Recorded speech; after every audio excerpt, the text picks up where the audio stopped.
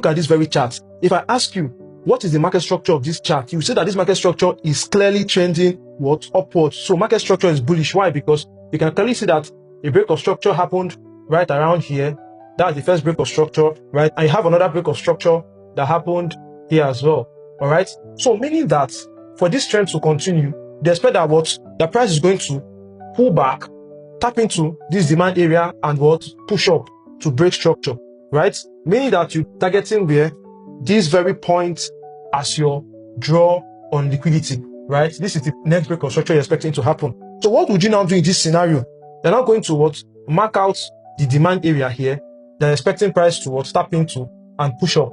But guess what? This is the very problem with taking your structure from a lower time frame, because in your head you think you're doing the absolute correct thing, right? You want to enter from here, right? Let's put that entry. You want to enter from here, from this very point, right? This demand area. You want to put your stop loss below here. You want to target wherever you want to target. Let's say this point for a nice 1:3 trade, right? And in your head you're doing the right thing. But guess what? This is a lower time frame. Let's go down to the higher time frame, the 4-hour time frame. Boom. What can you see? Structure is clearly bearish, right?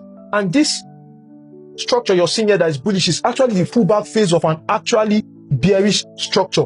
And guess what? That point that you're about to target is price actually coming to mitigate a supply area on the 4-hour time frame. And guess what? When you now go back to that lower time frame, right? What can you see like so? You can clearly see how price has come, taking out liquidity here, right? And giving us a change instead of delivery. So this is basically price giving a confirmation for a sell. Now, what would actual traders do? Actual traders will now come to want to sell from this point, right? Actual traders want to sell from this point. Meanwhile, you are trying to buy from this point. They're trying to buy from this point to take your profit here. Meanwhile, actual traders are putting their stop loss here. Now, this is what is going to happen, right? This is what is going to happen. Traders are going to come, put their stop loss above this point and target where all the way down to continue the trend, right? For a very wonderful, clean trade. Now, this is what's going to happen. Let's play price.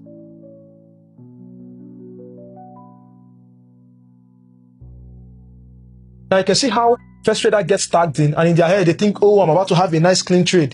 Watch what's going to happen. Boom. You see how market now tags in the second trader and market starts reversing. Market was almost going to hit their target, but market is not going to hit your target. And if you're that kind of trader that sets a buy limit order, take profit, and then you go to work to go and sleep or not, this is how you just come and say that price has almost reached your take profit, but it didn't hit your take profit. Instead, price has reversed and taking you out. And you'll be shouting, oh, I thought I had a very good trade. Nah. You are not in line with market structure. You are in line with lower time frame market structure. So ensure that you're always in line with the higher time frame market structure. And as you can see like so, price has eventually gone to break structure to continue the higher time frame sell structure. So always ensure you're taking your structure from the higher time frame. Now look at these charts very closely.